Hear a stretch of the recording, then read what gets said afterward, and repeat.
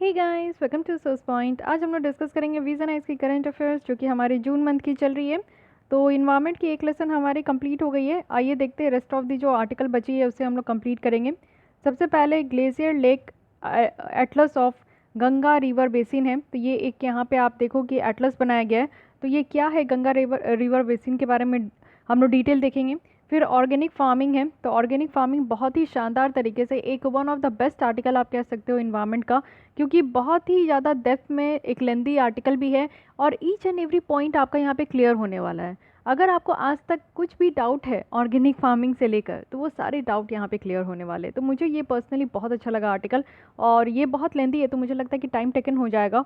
और droughts in India है, तो देखते हैं बहुत सारे इंडिया की जगह पे आप देखने को मिलेगा कि सूखा है। तो क्या रीज़न है, क्या इसका सोल्यूशन है, ये सारी चीज़ें बताई गई है। ये भी एक अच्छा आर्टिकल है, बहुत लेंदी है, तो देखते हैं कि कितना हम लोग इस आज कवर कर पाते हैं। तो चलिए स्टार्ट करते हैं। सबसे पहले जो टॉपिक है उसको समझने की कोशिश करते हैं।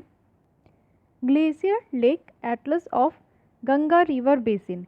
तो ग्लेशियर लेक क्या होता है? देखिए, जैसे आप लोग देखते हो कि हमारा जो नदन हिमालय है उसमें सियाचिन ग्लेशियर है, बहुत सारे ग्लेशियर है, ठीक है। तो ग्लेशियर जब टेम्परेचर बढ़ने के कारण जब वो मेल्ट हो रही है, और उसके कारण जितनी भी यहाँ पे आप देखो इस तरीके से ग्लेशियर है, अगर ये मेल्ट हो रही है तो ऑब्वियस है कि इसके अगल बगल जो है ये पानी यहाँ पे आपका स्टोर होगा, जमेगा। तो एक छोटी सी लेक काइंड ऑफ यहाँ पे आपका फॉर्म हो जाता है, और इस लेक में जो पानी होती है वो इस ग्लेशियर के मेल्ट होने से ही यहाँ पे जमा होता है।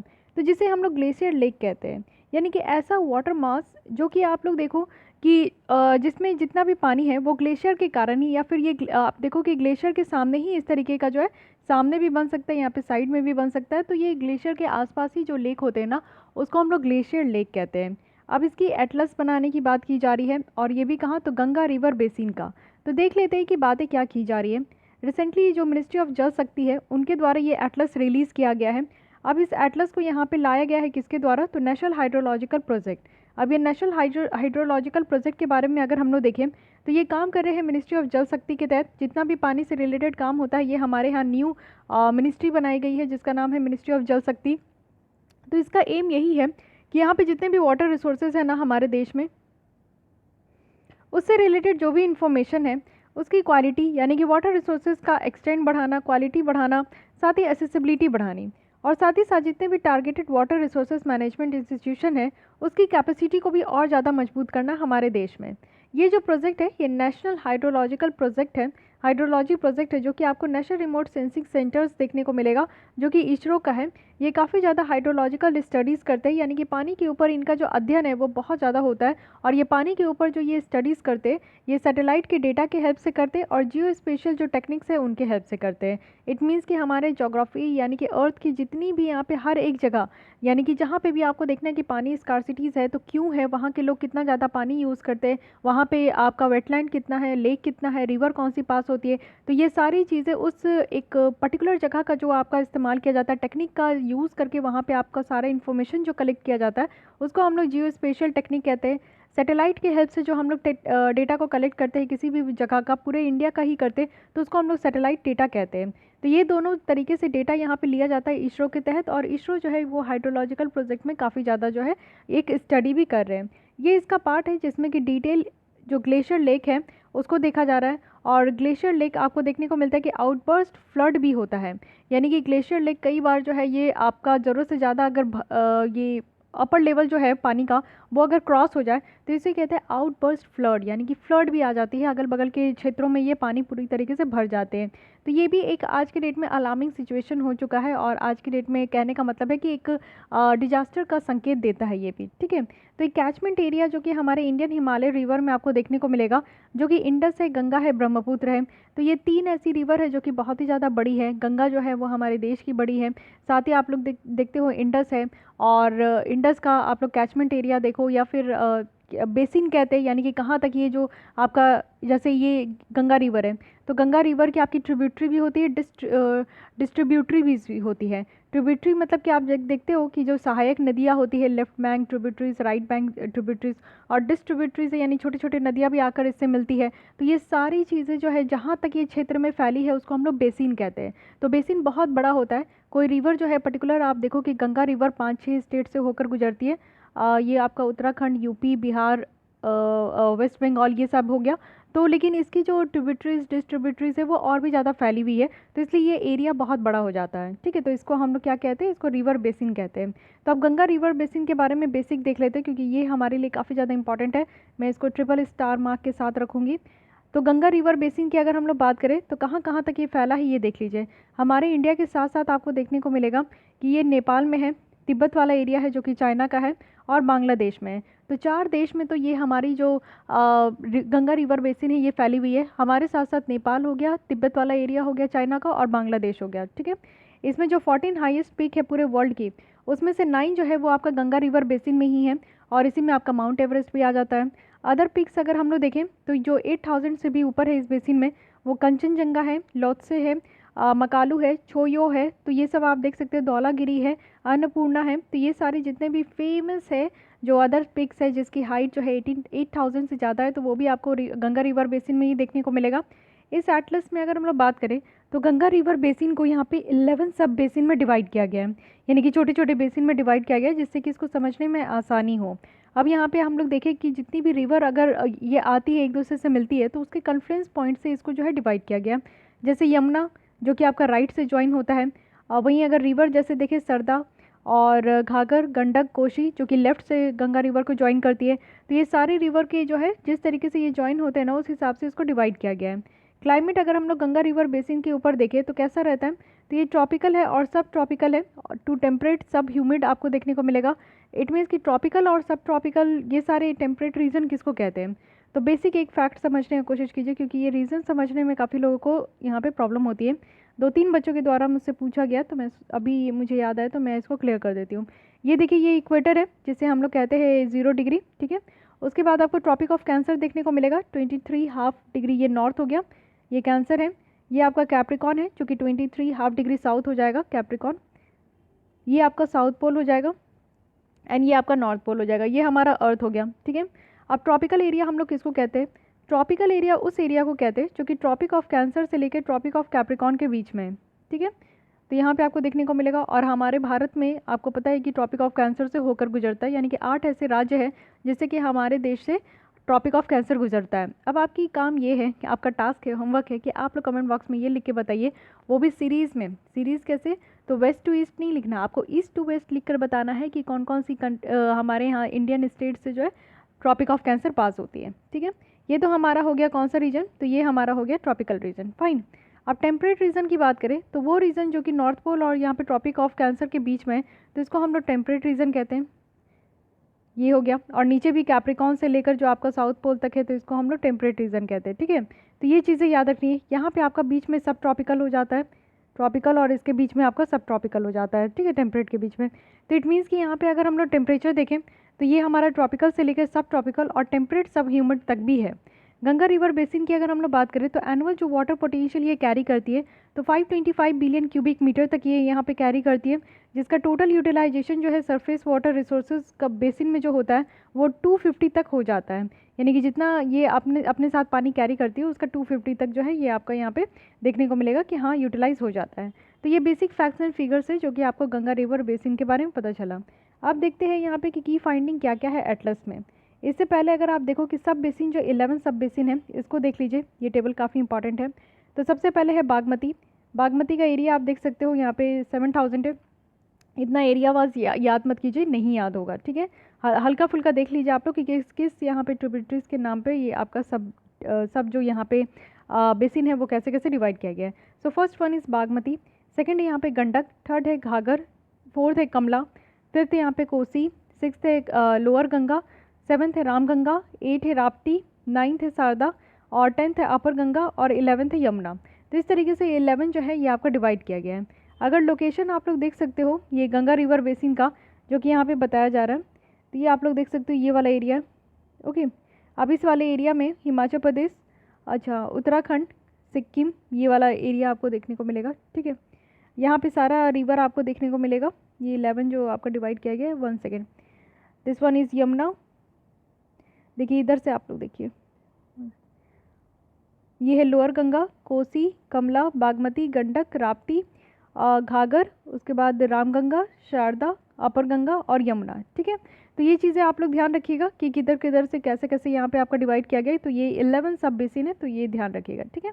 अब आते हैं कि इस एटलस से की फाइंडिंग क्या देखने को मिल रहा है। एक्चुअली जो ये पूरा लेक फॉर्मेशन है, लेक का कहाँ कहाँ लोकेशन है, किस टाइप के मटेरियल्स इस लेक में पाए जाते हैं। ग्लेशियर लेक्स जो है वो 9 डिफरेंट टाइप्स के देखने को मिलते हैं, जिसको हम लोग 4 कैटेगरी में डिफाइन कर रहे हैं। तो ये सारी चीज़ें जो है ना, ये इस एटलस के बेसिस में ही यहाँ पे देखने को मिलता है। तो 4 तरीके के जो आपको देखने को मिलेगा ग्लेशियर का, तो सबसे पहला है मोराइंस डैम्स, यानी कि यहाँ पे आपको देखने को मिलेगा कि मोराइंस जो होते हैं ग्लेशियर में पाए जाते हैं, वो चीज़ें का कंसनट्रेशन अगर ज़्यादा है तो उसे मोराइन डैम्ड कहते हैं। आइस डैम्ड है, इट मीन्स कि ऐसी ड्रेनेज है जहाँ पे आपका ग्लेशियर के कारण ये ब्लॉक्ड है, और ये आपका इसमें जो ग्लेशियर है उसमें मोटे मोटे जो है आपका थिकर देखने को मिलेगा, यानी कि आइस की सिल्ली ज़्यादा है। ग्लेशियर इरोजन है, इट मीन्स कि जहाँ पे भी आपको ग्लेशियर देखने को मिलेगा वो धीरे धीरे इरोड हो रहे हैं, चाहे वो टेम्परेचर के बढ़ने के कारण हो रहा हो। और साथ ही अदर ग्लेशियर लेक्स भी होते हैं, यानी कि और भी रीजंस के कारण जो लेक्स फॉर्म होते हैं उस सबको हम लोग यहाँ पे कैटेगराइज किए हैं। टोटल अगर हम लोग देखें तो 4707 ग्लेशियर लेक्स जो है वो अब तक मैप किए गए हैं with the help of satellite data and geo spatial technology, ठीक है। लेक्स की अगर बात करें जिसकी साइज़ यहाँ पे 5 हेक्टेयर से ज़्यादा है, वो 672 है। वहीं अगर हम लोग देखें कि मोर देन हाफ जो है 59% से ज़्यादा जो लेक है वो बहुत ही हाई एल्टीट्यूड में यहाँ पे आपका सिचुएटेड है। वहीं अगर हम लोग 11 सब बेसिन से देखें तो सिर्फ 6 सब बेसिन है जिसमें कि ग्लेशियर लेक है, और ये कोसी सब बेसिन्स है और घाघर सब बेसिन्स है जो कि बहुत ही बड़ा आपको देखने को मिला है, ठीक है। तो ये चीज़ें ध्यान रखनी है। Minimum number of glacier lakes अगर हम लोग देखें तो सबसे कम जो है यमुना सब बेसिन में है, और साथ ही साथ आप देखो इसके बाद शारदा सब बेसिन में। ग्लेशियर आइस डैम्ड लेक जो है ये सिर्फ ओनली है जो कि पूरे इंटायर गंगा रिवर बेसिन में ये लोकेटेड है, और गंडक सब बेसिन में देखने को मिलेगा। तो कौन कौन से यहाँ पे ग्लेशियर जो है कहाँ कहाँ पाए जा रहे हैं, किस किस सब बेसिन में पाए जा रहे हैं, तो इसको भी आप लोग को याद करने की ज़रूरत है। उत्तराखंड की अगर हम लोग बात करें तो टोटल लेक का 93% उत्तराखंड में ही देखने को मिलता है। उसके बाद आपका हिमाचल प्रदेश में आ जाएगा। हर एक जो ग्लेशियर लेक है ना वो आपको यहाँ पे 12 alpha numeric unique glacier lake ID यहाँ पे उनको मिला हुआ है, जितने भी ग्लेशियर लेक है। साथ ही साथ बहुत सारे एट्रीब्यूट्स भी है कि hydrological, geometrical, geographical, topographical characteristic क्या है उस लेक की, तो इस बेसिस में भी पूरी तरीके से कैटेगराइज किया गया है। फाइन।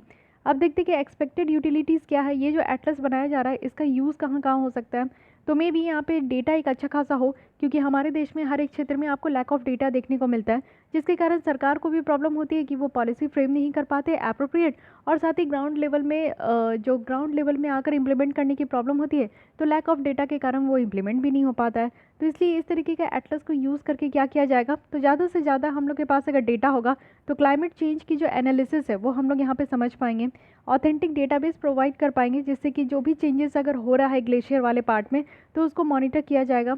डिजास्टर मिटिगेशन प्लान अच्छे तरीके से बन पाएगी, और ये प्लान जो है वो आपका रिलेटेड किससे होगा, सेंट्रल और स्टेट डिजास्टर मैनेजमेंट अथॉरिटी के द्वारा।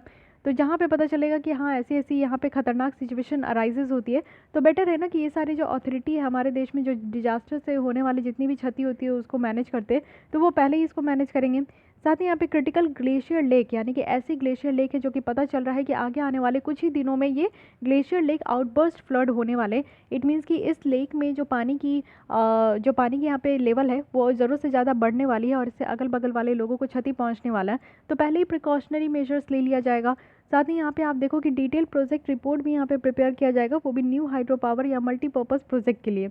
तो काफ़ी तरीके से आप देख सकते हो कि अगर एक यहाँ पे काम किया जा रहा है तो उससे काफ़ी ज़्यादा हेल्प मिल सकता है।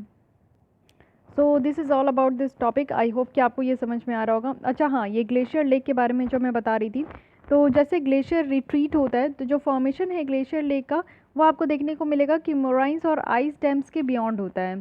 तो कोई बात नहीं, ये चीज़ें आप समझिए कि ऐसा नहीं है कि लेक में सिर्फ मोराइंस होता है, यानी कि जैसे आप लोग वेस्टेज देखते हो ना लैंड में, उसी तरीके से जो बर्फ़ में वेस्टेज होता है उसको हम लोग यहाँ पे वेस्टेज नहीं कह सकते, वो बर्फ़ में जो आपका कचड़े वगैरह होता है उसी टाइप के उसको मोराइंस कहते हैं। ओके,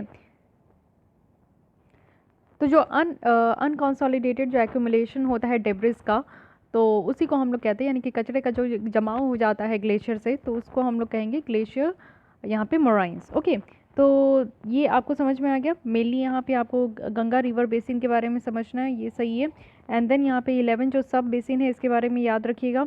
ये थोड़ी सी यहाँ पे मैप देख लीजिए कि कौन सी कहाँ पे बेसिन आपकी लोकेटेड है। लोकेशन थोड़ा ध्यान में रखिएगा, मे बी ट्विस्ट करके क्वेश्चन पूछा जाए। नेक्स्ट आते हैं हम लोग ऑर्गेनिक फार्मिंग में। ऑर्गेनिक फार्मिंग की बात करते हैं तो न्यूज़ में देखते हैं कि पहले ये क्यों है, क्योंकि बताया जा रहा है कि जो अंडमान एंड निकोबार वाली जो आइलैंड है उसमें 14,491 हेक्टेयर एरिया को सर्टिफाइड किया गया है कि वो ऑर्गेनिक है। और ये लार्ज एरिया सर्टिफिकेट स्कीम्स के तहत, जो कि हमारे पीजीएस इंडिया का यानी कि participatory guarantee system certification programme है, और ये फर्स्ट लार्ज कंटिजियस टेरिटरी है जिसको कि आज के डेट में ये सर्टिफाइड किया गया है। तो काफ़ी बड़ी बात ये हो जाती है कि अंडमान एंड निकोबार वाले आइलैंड में आप समझो कि इतना लार्ज एरिया 14,500 के अप्रॉक्स ये आपको एरिया देखने को मिलेगा, जो कि कहा गया कि पूरा ऑर्गेनिक है। अब समझते हैं एक एक करके, और इससे पहले आपको ये स्कीम समझना है, ये आपसे कहीं नहीं पूछा जाएगा कि अच्छा बताइए कितना एरिया जो है अंडमान एंड निकोबार में इसको सर्टिफाइड किया गया है एज एन ऑर्गेनिक एरिया। तो ये आपसे नहीं पूछा जाएगा, आपसे पूछा जाएगा स्कीम के बारे में जिसके तहत इसको सर्टिफाइड किया गया है। So the scheme is large area certification scheme. इसके बारे में समझने का कोशिश कीजिए। ये एक यूनिक क्विक सर्टिफिकेशन स्कीम है। सबसे पहले ये तो एक यूनिक है, एकदम अलग सा है, और क्विक है यानी कि जल्दी से ये सर्टिफिकेशन प्रोग्राम है जो कि दिया जाता है।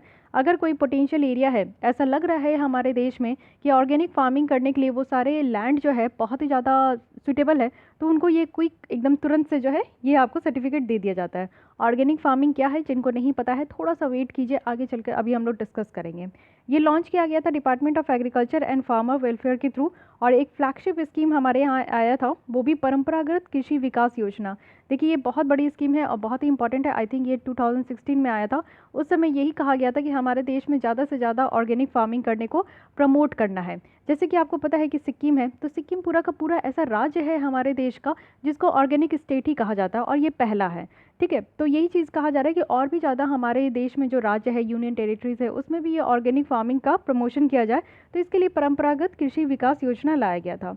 लेकिन अगर हम लोग इसके अंदर देखें लार्ज एरिया सर्टिफिकेशन के तहत, तो हर एक गांव जो है एरिया में उसको कंसीडर किया जाएगा one cluster. Cluster means group, ठीक है। और सिंपल डॉक्यूमेंटेशंस जो है वो यहाँ पे दिया जाएगा विलेज वाइज। अगर कोई गांव है, गांव में आपको देखने को मिलता है कि बहुत सारी ज़मीन होती है, बहुत सारी खेती होती है, तो उसमें अगर ऑर्गेनिक खेती करने का पोटेंशियल है, ऐसा लग रहा है कि यहाँ पे ऑर्गेनिक फार्मिंग हो सकती है, तो उन पूरे एरिया को एज ए ग्रुप मान के वहाँ सर्टिफिकेट दिया जाएगा। ऐसा नहीं कि छोटे छोटे टुकड़ों में जो लैंड है ना उसको यहाँ पे मान के दिया जाएगा। तो ये भी एक बात है। सारे फार्मर्स जिनके पास ये फार्मलैंड है या फिर उनका अपना खुद का लाइफ स्टॉक है, तो उनको ये ज़रूरी है कि एक स्टैंडर्ड जो रिक्वायरमेंट है वो उसको पूरा करें, और उनको यहाँ पे वेरीफाइड कराना होगा कि हाँ उनका जो ज़मीन है वो यहाँ पे सही है कि नहीं, पोटेंशियल है कि नहीं। सर्टिफिकेशन रिन्यू भी किया जाएगा, यानी कि हर एक साल फिर से इसको रिन्यू करना है, न्यू बेसिस पे लाना है, और एनुअल वेरिफिकेशन यहाँ पे करना होगा हर एक साल का। ऐसा नहीं है कि एक बार अगर मिल गया कि हाँ चलिए इतनी ज़मीन जो है वो यहाँ पे पोटेंशियल है ऑर्गेनिक फार्मिंग करने के लिए, तो ये एकदम से कहते हैं ना कि लाइफ लॉन्ग ये ठप्पा लग गया, इट मीन्स कि वेरीफाइड हो गया। तो ऐसा नहीं है, इसको हर एक साल रिन्यू कराना होगा, प्रूफ देना होगा, वेरीफाई करानी होगी कि हाँ यहाँ पे कितनी जो है ऑर्गेनिक फार्मिंग हुई है, या कैसा पोटेंशियल है, हर एक साल ये ग्रो हो रहा है कि नहीं, यहाँ पे कितनी प्रोडक्टिविटी हो रही है कि नहीं। तो ये सारी चीज़ें यहाँ पे मॉनिटर भी की जाएगी। ओके, अब यहाँ पे आते हैं, मेनली हम लोग समझते हैं ऑर्गेनिक फार्मिंग के बारे में कि ये है क्या।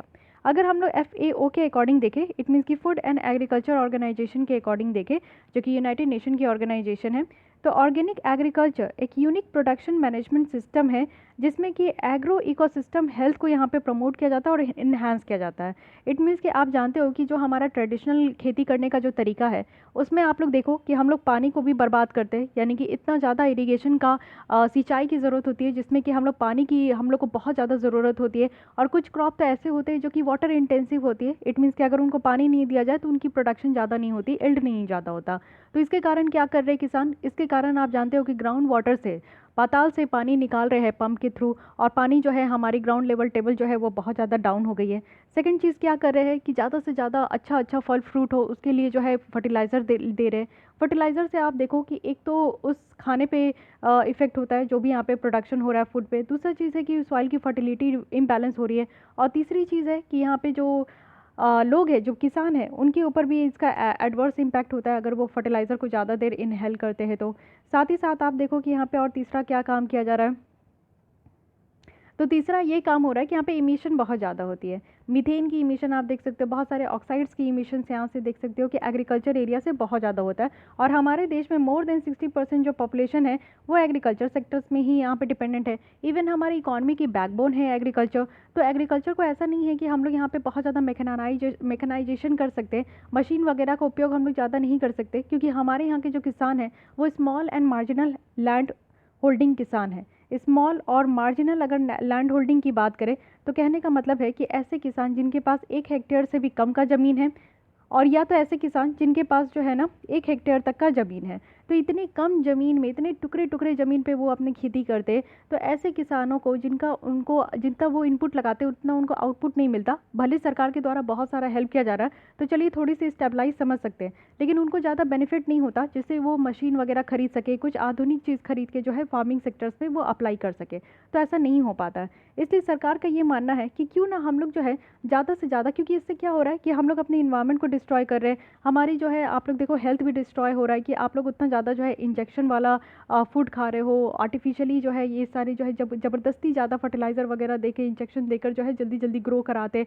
तो ये एक कंपटीशन मार्केट में चल रहा है, तो अनहाइजीनिक हम लोग फूड भी कंज्यूम कर रहे हैं, जिससे हमारा हेल्थ, इन्वायरमेंट का हेल्थ सब यहाँ पे बर्बाद हो रहा है। तो ऐसा नहीं होना चाहिए, एक सस्टेनेबल एग्रीकल्चर होना चाहिए।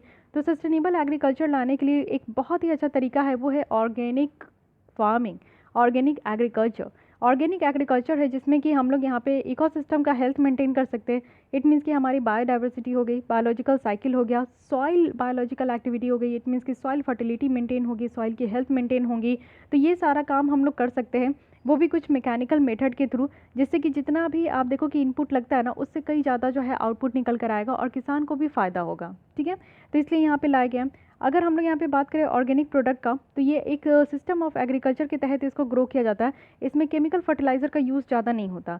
तो फर्टिलाइज़र का अगर यूज़ ज़्यादा नहीं हो रहा है, तो इट मीन्स कि आप देखो कि फर्टिलाइज़र ज़्यादा खरीदा भी नहीं जाएगा किसानों के द्वारा, और किसानों के द्वारा नहीं खरीदा जाएगा तो वो चीज़ें इस्तेमाल भी नहीं होगी, जिससे कि हमारा जो फूड है वो हेल्दी रहेगा। साथ ही साथ आप देखो कि जो यूरिया फर्टिलाइज़र बनाने वाले जो इंडस्ट्री होते हैं ना, उसमें से इमिशन भी बहुत ज़्यादा होता है, तो कार्बन इमिशन भी हमारा जो है ग्रीन हाउस इमिशन भी कम हो पाएगा। साथ ही साथ हम पेस्टिसाइड्स भी यूज़ नहीं करेंगे। इसमें कीटनाशक कीड़े मकोड़े लगने की जो है बहुत कम आशंका होती है ऐसे ऑर्गेनिक जब खेती की जाती है। तो पेस्टिसाइड से आपको पता है कि पेस्टिसाइड्स के छिड़काव से कई सारे फार्मर्स की डेथ हो जाती है, तो वो भी कम देखने को मिलेगा। और पेस्टिसाइड्स के छिड़काव से जो है ना बहुत सारे ऐसे स्पीसीज़ होते हैं जो कि मर जाते हैं, जिनको नहीं जिनका सस्टेन होना बहुत ज़्यादा ज़रूरी है। तो इन्वायरमेंटली आप देखो और सोशली देखो तो काफ़ी अच्छा एक रिस्पॉन्सिबल अप्रोच इसको कहा जाता है ऑर्गेनिक एग्रीकल्चर को। ठीक है, अब देखते हैं कि की कैरेक्टरिस्टिक क्या है ऑर्गेनिक फार्मिंग का।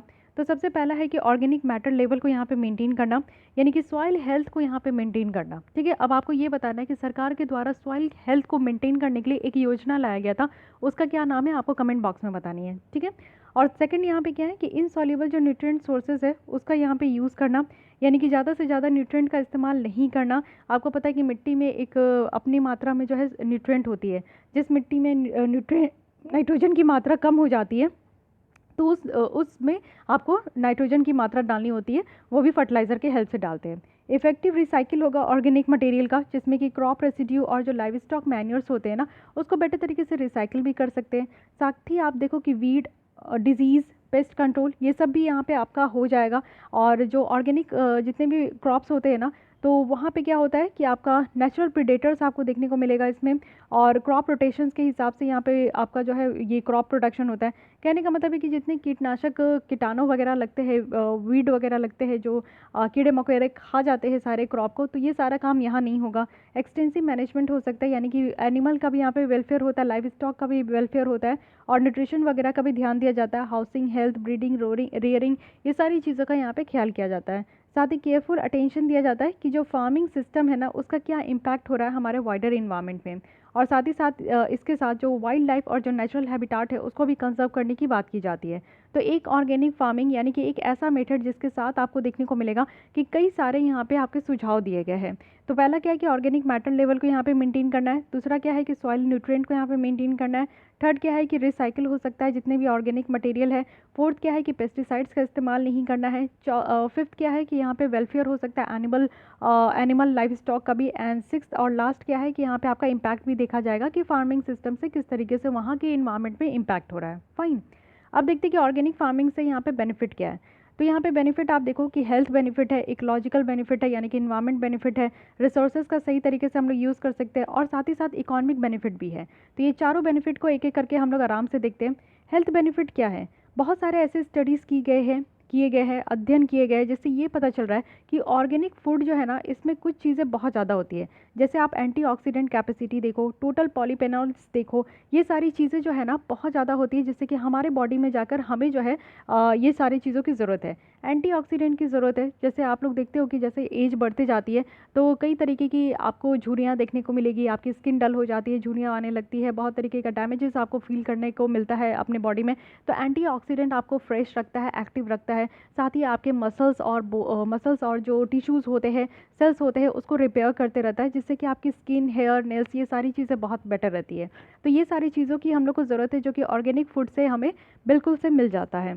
साथ ही आप देखो कि आज के डेट में आप ऑर्गेनिक प्रोडक्ट भी यूज़ करते होंगे, बहुत सारे ऐसे प्रोडक्ट हैं, शैम्पू, क्रीम, पाउडर, जो भी आप यूज़ करते हो ना, उसमें जितने भी बड़े बड़े ब्रांड्स हैं, बहुत ही ज़्यादा ऐसा हार्मफुल केमिकल्स मिलाते हैं। वन ऑफ द ब्रांड का नाम मैं लूँगी लैक्मे। लैक्मे की प्रोडक्ट अगर आप लोग यूज़ करते हो, कोई भी कुछ भी इसका यूज़ करते हो, तो आपको उसमें पता होगा कि काफ़ी ज़्यादा वो लोग केमिकल्स मिलाते हैं, जिससे कि अगर आप लोग लॉन्ग रन में यूज़ कर रहे हो ना, तो आपको बेनिफिट नहीं होगा, आपकी स्किन डैमेज होगी, आपकी हेयर डैमेज होगी। तो इस तरीके की चीज़ें आपको देखने को मिलेगी लॉन्ग रन में। अगर शॉर्ट टाइम के लिए कभी कभी यूज़ कर लिया तो कोई डैमेज नहीं है, ये one of the best product माना जाता है, यानी कि आपका कंपनी भी बहुत अच्छी है, तो आप फेथ कर सकते हो, लेकिन लॉन्ग रन में इसको यूज़ नहीं करना। वैसे आप लोग देख सकते हो कि आज के डेट में मामा अर्थ निकल के आ रहा है, जो कि ये बहुत ज़्यादा ये मामा अर्थ है, बहुत सारी ऐसी ब्रांड है जो कि निकल कर आ रही है, जिससे आपको ये पता चल जाएगा कि हाँ, अच्छा लैक्मे कंपनी मैं बोलती थी, नहीं लैक्मे ब्रांड है, ओके। तो कभी कभी कुछ भी स्लिप हो जाता है। तो मामा अर्थ आप देख सकते हो, जो कि ये सर्टिफाई करते हैं ना कि ऑर्गेनिक प्रोडक्ट है, इसमें कोई भी हार्मफुल पैराबीन केमिकल्स ये सारे नहीं होते। तो ये एक ऑर्गेनिक प्रोडक्ट है, इसके भी सारे आपको कॉस्मेटिक के प्रोडक्ट देखने को मिल जाएंगे, तो आप लोग ये यूज़ कर सकते हो। इससे क्या होगा ना कि जल्दी आपको इसका फ़ायदा तो नहीं देखने को मिलेगा, फ़ायदा लेट टाइम में देखने को मिलेगा, लेकिन हाँ, आपका नुकसान आपके बॉडी में कुछ भी नहीं होगा। एक आपके हेल्दी ग्लोइंग स्किन, आपके हेयर, सब कुछ जो है मेंटेन रहेंगे, जो कि बहुत ज़्यादा ज़रूरी है। आप खाओ भी, अंदर आप कोई भी चीज़ खा रहे हो तो वो आपका ऑर्गेनिक होना चाहिए, और बाहरी चीज़ें जो हम लोग अपने शरीर में इस्तेमाल करें वो भी ऑर्गेनिक होनी चाहिए। तो आप लंबे समय तक रहोगे, यानी कि आपका जब एज बढ़ता जाएगा तो आपकी जो स्किन में एजनेस नहीं देखने को मिलेगा, you will be ageless, okay. तो इस तरीके का आप समझ सकते हो कि कितना ज़्यादा ज़रूरी है कि हम लोग को ऑर्गेनिक फूड खानी चाहिए। सेकंड चीज़ है इकोलॉजिकल बेनिफिट है। इससे सबसे पहली बात है कि आप लोग देखो, जो ट्रेडिशनल मेथड होता है एग्रीकल्चर का, उसमें भर भर के फर्टिलाइज़र यूज़ करते हैं, यूरिया यूज़ करते हैं, जिससे कि जो सॉइल है, मिट्टी है ना, वो सत्यानाश हो जाता है, उसकी तो बैंड बज जाती है। कहने का मतलब है कि उसकी फर्टिलिटी ख़त्म हो जाती है। तो एटलीस्ट सॉइल की जो क्वालिटी है वो इम्प्रूव होगी, यहाँ पे मेंटेन रहेगा, फर्टाइल लिविंग सॉइल होंगे, ठीक है। और पोल्यूशन कम होगा, क्योंकि आज के डेट में आप देख रहे हो कि पता नहीं कितने तरीके के पोल्यूशन से जूझ रहे हैं हम लोग, और एक नया पोल्यूशन ऐड हो गया है, प्लास्टिक पोल्यूशन। तो अगर हम लोग ये ऑर्गेनिक फार्मिंग करते हैं तो इससे एयर पोल्यूशन, इमिशन कम होगा, तो ऑब्वियस है कि पोल्यूशन कम होगा। तो पोल्यूशन कम होगा तो बेटर होगा सारे लोगों के लिए, स्पेसीज़ के लिए, इन्वायरमेंट के लिए, ह्यूमन बींग के लिए। तो ये एक पॉजिटिव पॉइंट कह सकते हैं। साथ ही लो इंसिडेंस ऑफ पेस्ट है, यानी कि पेस्टिसाइड्स का भी इस्तेमाल ज़्यादा नहीं होगा, जिससे कि हमारे ना सॉइल बर्बाद होंगे, ना स्पेसीज़ की जान जाएगी, ना हमारे ह्यूमन बींग की जान जाएगी, ठीक है। तो इकोलॉजिकल बेनिफिट आपने देख लिया। और जो रिसोर्सेज है उसका भी हम लोग एफिशिएंट तरीके से यूज़ करेंगे, जैसे कि वाटर मैनेजमेंट बेटर हो पाएगा, क्योंकि हम लोग पानी को जो है ना बहुत ही ज़्यादा बुरी तरीके से यूज़ कर चुके हैं, जिसका रिजल्ट आपको ड्रॉट देखने को मिलेगा। अभी हम लोग नेक्स्ट आर्टिकल ड्रॉट देखेंगे। तो वन ऑफ द कॉजेज़ यहाँ पे बताई जाती है कि बहुत ज़्यादा एक्सटेंसिव यूज़ किया जाता है इरिगेशन में।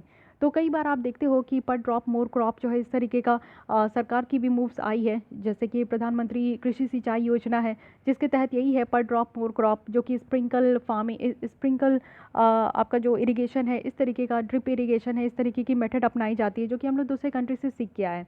लेकिन फिर भी आप देखो कि गाँव में जहाँ पे लोग बहुत पुराने समय से वो खेती कर रहे, तो वो आज भी वही काम करते हैं जो कि उनके दादा नाना करके गए, ठीक है। तो ये चीज़ समझने की कोशिश कीजिए कि वाटर आज के डेट में जल ही जीवन है। तो अब ये समझ में आता है, क्योंकि कई जगह पे पानी खरीद के लोग पी रहे हैं, यूटिलाइज़ कर रहे हैं। तो इसलिए पानी की लेवल यहाँ नीचे नहीं होनी चाहिए, और इरिगेशन फैसिलिटी सही होनी चाहिए। तो ऑर्गेनिक फार्मिंग अगर यूज़ कर रहे हैं तो इसमें ज़्यादा सिंचाई की ज़रूरत नहीं होती है, लोअर एनर्जी यूज़ की ज़रूरत होती है।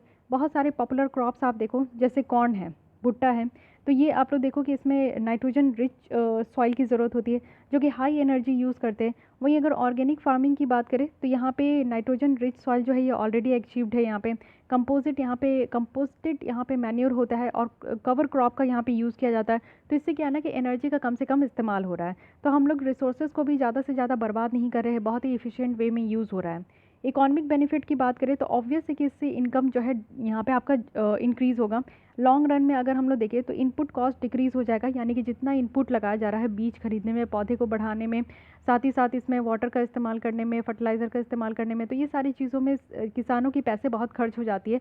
और जब वो फसल मार्केट में जाकर एक सही रेट में नहीं बिकता है तो फिर किसानों की जो जितनी लागत है उतनी आय नहीं हो पाती है। तो यहाँ पे आप देखो ना, किसानों को यहाँ पे पानी के लिए ज़्यादा पंप यहाँ पे लगाना होगा, बिजली बिल नहीं देना है, साथ ही साथ फर्टिलाइज़र नहीं उतना खरीदना है, और ना ही यहाँ पे आपका पेस्टिसाइड्स वगैरह खरीदना है। तो इससे क्या होता है कि उनके पैसे बच रहे, और लॉन्ग रन में आप देखो कि अगर लगातार इसको इस्तेमाल किया जाए तो आगे चलकर उनकी इनकम, और सरकार का एम भी है कि 2022 तक जो किसानों की आय है, इनकम है, उसको डबल करना है। तो डबल भी ये हो सकता है अगर हम लोग यहाँ पे ऑर्गेनिक फार्मिंग को अपनाएं तो।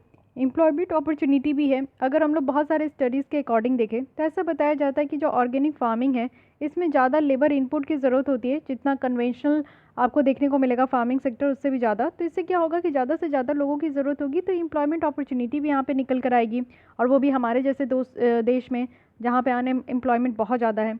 इको टूरिज्म भी होगा। ये जो ऑर्गेनिक फार्म है ना, ये बहुत ही अट्रैक्शन बन सकता है हमारे इको टूरिज्म का। जैसे कि आप इटली में देखो तो इटली में ऑर्गेनिक खेती बहुत ज़्यादा होती है, और वो इतना ब्यूटीफुल लगता है देखने में, तो लोग जाते भी हैं देखने के लिए कि हाँ ये कैसा है। तो इसलिए ये भी ज़रूरी है। तो आप लोग चारों तरीके से बेनिफिट देख लिए कि हर एक तरीके से जो है बेनिफिट ही है। अब देखते हैं कि गवर्नमेंट की इनिशिएटिव क्या क्या है जो कि ऑर्गेनिक फार्मिंग को हमारे देश में प्रमोट करने के लिए लाया गया है। तो सबसे पहले जो परंपरागत कृषि विकास योजना है, जिसमें कहा गया था कि एक सस्टेनेबल एग्रीकल्चर का मिशन होना चाहिए, और इसी के तहत ऑर्गेनिक फार्मिंग को और ज़्यादा प्रमोट करना है। सेकंड है कि mission organic value chain development for north east region है। ये एक सेंट्रल सेक्टर स्कीम है। इट मीन्स कि 100% फंड सेंट्रल गवर्नमेंट के द्वारा दिया जाता है। इसका एम है कि सर्टिफाइड ऑर्गेनिक प्रोडक्शन को डेवलप करना है, वो भी वैल्यू चेन में, और इसको लिंक किया जाएगा, जो ग्रोअर होंगे वो कस्टमर्स के साथ लिंक करेंगे, और जो डेवलपमेंट है इंटायर वैल्यू चेन का उसको सपोर्ट भी करेंगे। सॉइल हेल्थ कार्ड लाया गया। देखिए अब मैं ही बता दी हूँ जो मैं क्वेश्चन पूछ रही थी, बट कोई नहीं, ये चीज़ समझने की कोशिश कीजिए कि किसानों को बताया जाएगा। एक्चुअली किसानों को इसके बारे में कोई नॉलेज नहीं होता कि उनकी मिट्टी में एनपीके का रेशियो कितना है, नाइट्रोजन फॉस्फेट, ये सारी चीज़ों की रेशियो कितनी है, ये किसानों को नहीं पता होता है। तो इसलिए सॉइल हेल्थ कार्ड लाया गया है, जिसमें कि हर एक जगह जाकर किसानों की जो भी मिट्टी है, लैंड है, उसकी मिट्टी का यहाँ चेक होगा और लैब में चेक होगा। उसके थ्रू बताया जाएगा कि यहाँ पे कितनी परसेंटेज ऑफ जो है रेशियो की ज़रूरत है, कैसा फर्टिलाइज़र और कितने मात्रा में फर्टिलाइज़र देना है। एग्री एक्सपोर्ट पॉलिसी लाया गया, यानी कि यहाँ पे मेनली फोकस किया जाएगा कि एग्रीकल्चर जो प्रोडक्शन प्रोडक्ट फूड्स होंगे वो यहाँ पे उनका प्रमोशन होगा, मार्केटिंग होगा। उसके बाद अब अगर ज़ीरो बजट नेचुरल फार्मिंग की बात करें तो ये कैसा फार्मिंग है। देखिए जीरो बजट नेचुरल फार्मिंग, यानी कि यहाँ पे जो फार्मिंग होगी वो नेचुरल होगी, बजट यहाँ पे जीरो होगा। जीरो कैसे होगा? अगर केमिकल फ्री एग्रीकल्चर होगी ना, तो यहाँ पे ये आप देख सकते हो कि किसानों का पैसा बहुत कम लगेगा, बजट यहाँ पे कम हो जाएगी। और एक तरीके का अगर केमिकल फ्री होगा तो नेचुरल होगी यहाँ पे, क्योंकि केमिकल के कारण ही आप लोग देख रहे हो कि सारे प्रोडक्ट्स जो है ना कहीं आर्टिफिशियल हो जाते हैं। तो जो हमारे ट्रेडिशनल इंडियन प्रैक्टिसेस है ना, उससे आपको थोड़ा डिफरेंट देखने को मिलेगा। तो ये सारे कुछ ऐसे इनिशिएटिव्स है जो कि सरकार के द्वारा लिए गए कि हमारे देश में ऑर्गेनिक खेती को ज़्यादा से ज़्यादा बढ़ावा दिया जाए। लेकिन फिर भी आप देखो कि इतना बढ़ावा दिया जा रहा है, इतना इनिशिएटिव लाया जा रहा है, लेकिन 5 साल में कुछ अच्छा खासा ग्रोथ देखने को नहीं मिला, क्योंकि बहुत सारे चैलेंजेस यहाँ पे फेस किए जा रहे हैं। तो वो क्या है? सबसे पहली बात है कि लो कवरेज। आप देखो कि अबाउट 2.78 मिलियन हेक्टेयर्स है फार्म लैंड का, जो कि आज के डेट में ऑर्गेनिक कल्टीवेशन के 2020 के तहत था। इट मीन्स कि बहुत कम एरिया ही है हमारे देश का जो कि एक ऑर्गेनिक कल्टीवेशन के तहत आ रहा है, जो कि अगर पूरी तरीके से आप देखो कि हमारे देश में 140 मिलियन हेक्टेयर है, उसका मात्र 2% ही आ चुका है। तो ये बहुत लो कवरेज है। सेकंड है कि रिलक्टेंसी ऑफ फार्मर्स, क्योंकि आप जानते हो कि हाई इनिशियल कॉस्ट है, शुरू में यहाँ पे कॉस्ट ज़्यादा देना पड़ेगा, क्योंकि बीज जो है सीड है वो महंगे मिलते हैं। तो इसलिए यहाँ पे आप लोग देखो कि हाई कॉस्ट है, तो किसान उतनी तरीके से लायबल नहीं होते कि वो हाँ इतने कॉस्ट जो है वो इतना खर्चा कर सके। और इमीडिएट इनकम का भी इम्पैक्ट देखने को मिलता है कि जितना खर्च कर रहे हैं उसी हिसाब से उनको शॉर्ट टर्म में कोई ज़्यादा बेनिफिट नहीं होता है, लॉन्ग टर्म में यहाँ पे बेनिफिट होता है। तो इसलिए हमारे देश के जो किसान है वो इसके लिए आप लोग देखते हो कि ट्रेडिशनल मेथड ही वो ठीक समझते हैं।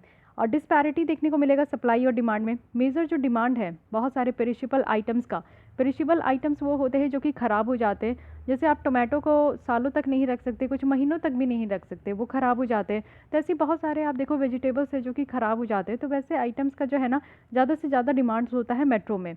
और नो फार्म लैंड जो है वो यहाँ पे ऑर्गेनिक फ्रूट और वेजिटेबल्स को यहाँ पे प्रोड्यूस कर पा रहे हैं, तो ये भी एक प्रॉब्लम है। लैक ऑफ सपोर्ट है, इनपुट के लिए सपोर्ट यहाँ पे देना ज़रूरी है।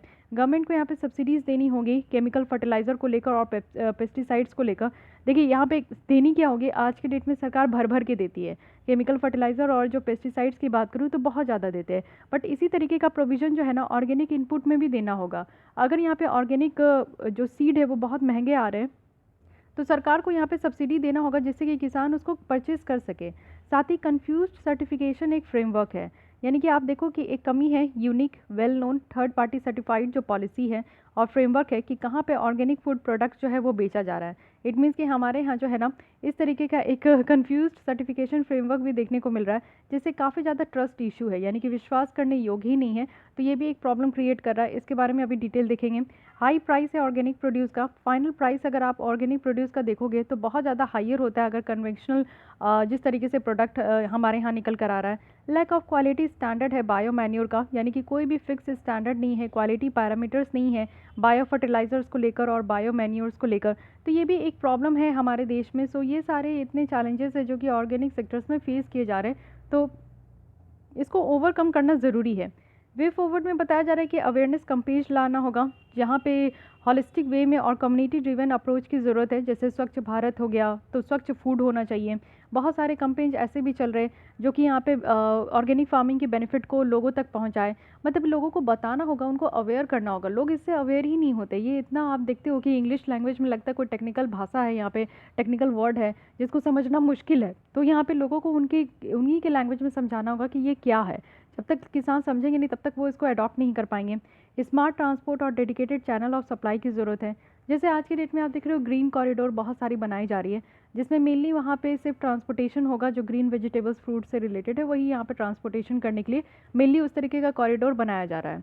डेडिकेटेड फ्रेट कॉरिडोर है जो कि आपको रेलवे में देखने को मिलेगा। तो इस तरीके से एक स्मार्ट ट्रांसपोर्ट की ज़रूरत है क्योंकि सप्लाई चेन हमारा बूस्ट हो सके। पॉलिसी इनिशिएटिव लाने की ज़रूरत है जिसमें कि ऑर्गेनिक इनपुट मैनेजमेंट हो, सब्सिडीज़ वगैरह इंसेंटिव्स वगैरह देना पड़ेगा गवर्नमेंट को, तभी यहाँ पे किसान इसको अवेल कर पाएंगे। ट्रांसपेरेंट रेगुलेटरी फ्रेमवर्क होना चाहिए ऑर्गेनिक स्टैंडर्ड को कंप्लायंस करने के लिए।